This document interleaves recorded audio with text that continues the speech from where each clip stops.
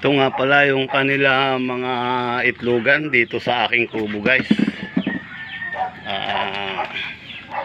Ito, naglilimlim dito isang babae na Rhode Island. At ito yung kanilang mga pugad. Wala pa masyadong naglilimlim dito. Pero dito, guys, sa itaas may naglilimlim na isa. Dito naman may itlog din.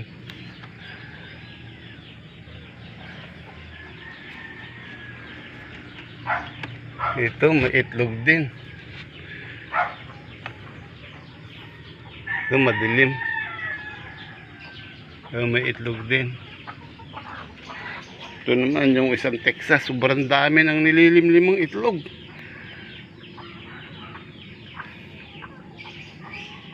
5, 10, 15, 18 na itlog. Ang nililimliman ng isang Texas na yun. Ang dami. Ito, guys, yung aking kubo. Sobrang kalat. Puro manok ang nakatira, guys.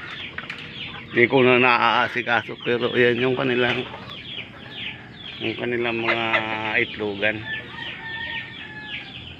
At ang loob ng kubo ko, guys, na to ay may nakatira yata duwende ito. Ang laki ng punso sa ilalim sa silong. Yan, guys, oh. Tabi-tabi po, guys. Tabi-tabi po, nuno. Meron siyang tumubong, baka tutubuan ng volcano. Dito sila nagsisipag tago kapag malakas ang kulog at kidlat at saka ulan, guys. Update lang po. At ito naman yung kanilang bantay na aso.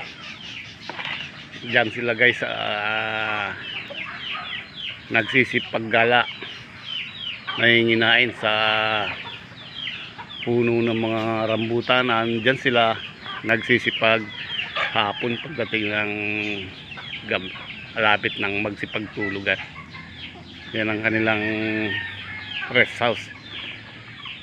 Okay, guys, thank you very much. Like, share, and subscribe. Salamat po.